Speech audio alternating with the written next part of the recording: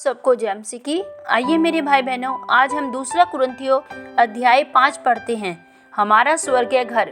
क्योंकि हम जानते हैं कि जब हमारा पृथ्वी पर का डेरा सरीखा घर गिराया जाएगा तो हमें परमेश्वर की ओर से स्वर्ग पर एक ऐसा भवन मिलेगा जो हाथों से बना हुआ घर नहीं परंतु चिरस्थायी है। इसमें तो हम कराते और बड़ी लालसा रखते हैं कि अपने स्वर्गीय घर को पहन ले, कि इसके पहनने से हम नंगे न पाए जाएं। और हम इस डेरे में रहते हुए बोझ से दबे कराते रहते हैं, क्योंकि हम उतारना नहीं वरन और पहनना चाहते हैं, ताकि वह जो मरणहार है जीवन में डूब जाए। जिसने हमें इसी बात के लिए तैयार किया है वह परमेश्वर है, जिसने हमें बयाने में आत्मा भी दिया है। अतः हम सदा ढांढस बांधे रहते हैं और यह जानते हैं कि जब तक हम देह में रहते हैं तब तक प्रभु से अलग हैं, क्योंकि हम रूप को देखकर नहीं पर विश्वास से चलते हैं। इसलिए हम ढांढस बांधे रहते हैं और देह से अलग होकर प्रभु के साथ रहना और भी उत्तम समझते हैं।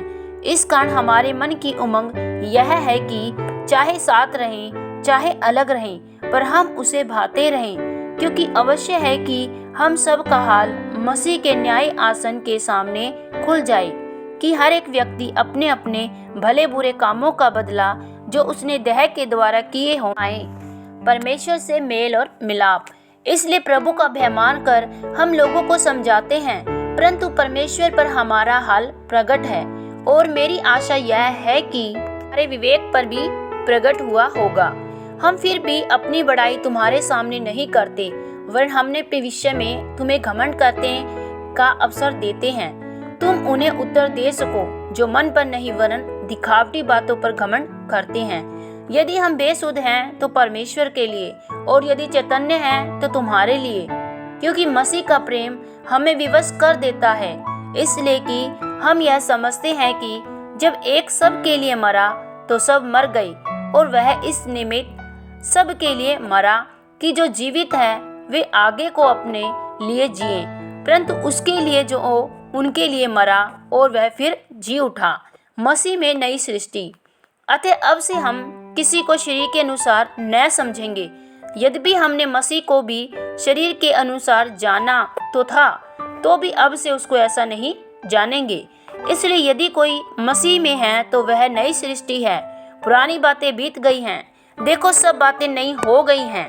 ये सब बातें परमेश्वर की ओर से हैं, जिसने मसीह के द्वारा अपने साथ हमारा मेल मिलाप कर लिया और मेल मिलाप की सेवा हमें सौंप दी है। अर्थात परमेश्वर ने मसीह में होकर अपने साथ संसार का मेल मिलाप कर लिया और उनके अपराधों का दोष उन पर नहीं लगाया, और उसने मेल मिलाप का वचन हमें सौंप दिया है। इसलिए हम मसीह के राजदूत हैं, मानो परमेश्वर हमारे द्वारा विनती कर रहा है। हम मसीह की ओर से निवेदन करते हैं कि परमेश्वर के साथ मेल मिलाप कर लो। जो पाप से अज्ञात था उसी को उसने हमारे लिए पाप ठहराया, हम उसमें होकर परमेश्वर की धार्मिकता बन जाएं। आमीन। प्रभु आप सबको उत्पत्ति पुस्तक सुने जाने और पढ़े जाने पर बहुतायत से आशीष और बरकत दे। सबको जय मसीह की।